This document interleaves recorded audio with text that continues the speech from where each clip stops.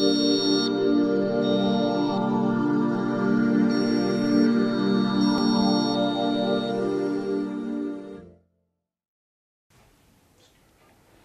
this is Dr. Gautam Banga, reconstructive urologist and andrologist working in Delhi NCR for last 12 years. There is one big topic which we come across every day in our practice, or say one of the major problem which we come across in our practice, clinical practice, is urinary incontinence.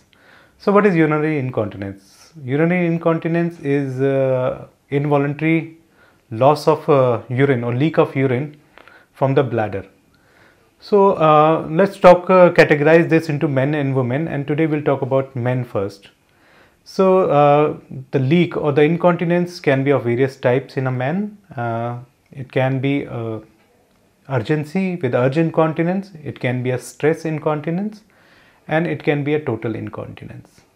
So what is urge incontinence? So urge incontinence is that the patient, whenever he feels an urge to pass urine, by the time he reaches the washroom or restroom, there is some leak of the urine.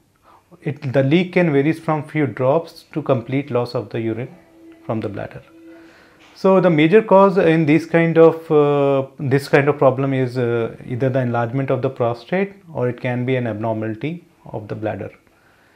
The second type of incontinence which we come across in men is stress incontinence, in which whenever a man try to lift or strain, there is some leak or loss of urine in the form of drops, or some say 50 to 60 ml of urine loss from the bladder. Stress incontinence in most of the time because of the surgery, if there is any surgery which have been done for the prostate, can lead to some amount of stress incontinence, and in most of the patient it recovers with time. The third type of incontinence is total incontinence, in which the patient is not able to hold urine at all, and there is continuous dribbling of urine from the bladder through the urethra. So whenever a patient comes to us for incontinence, mainly the urge incontinence and the total incontinence, we do ultrasound to check the bladder, whether there is any lesion in the bladder, or how much is the bladder capacity. Then we do a urodynamic study, which is a pressure study in which we check whether the bladder is functioning properly, whether the bladder is able to hold good amount of urine, and whether it's an urge incontinence or it's a total incontinence. So a patient with urge incontinence requires medical management, and it can be managed very effectively with medicine, or if required with prostate surgery. Total incontinence most of the time occur after surgery, when a patient have undergone a radical prostatectomy, or if a prostate surgery which has gone wrong, in which the control mechanism, which is known as sphincter, gets damaged or got damaged, and because of which the control of the urine is totally lost, and these kind of patients always come with continuous dribbling of urine, and their pants and their diapers are totally soiled because of the urine. So there are various methods by which we can treat these kind of patient and can improve their quality of life.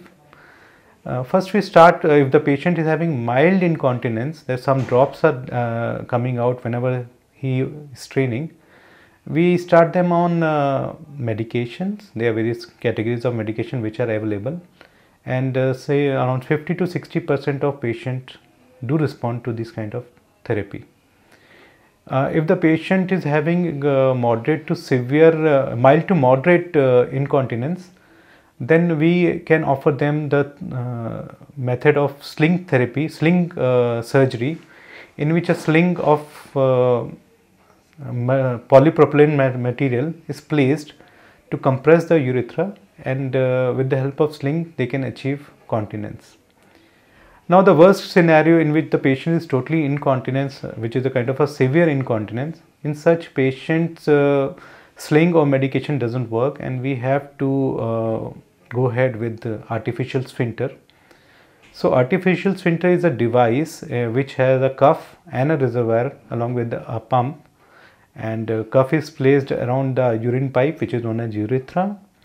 The reservoir is placed in the lower part of the abdomen, and the pump is placed in the scrotum. Artificial sphincter is the sure shot, or you can say 100% treatment for total incontinence. And any patient who have having total incontinence because of the surgery, like posterior, as I mentioned, prostatectomy for the cancer prostate, or previous prostate surgery after which they have developed this kind of incontinence. So they should consult reconstructive urologist or a person who is dealing with prosthetic urology, and they can guide them about the artificial sphincter and how it can really make their life better, and they can live a leak free, a dry kind of comfortable life. So if you are having urinary leak, don't shy away, don't hide yourself behind the doors, don't keep on changing diapers. There is a solution which is 100% proven, and that is in the form of sphincter, and they should consult to get rid of this problem. Thank you.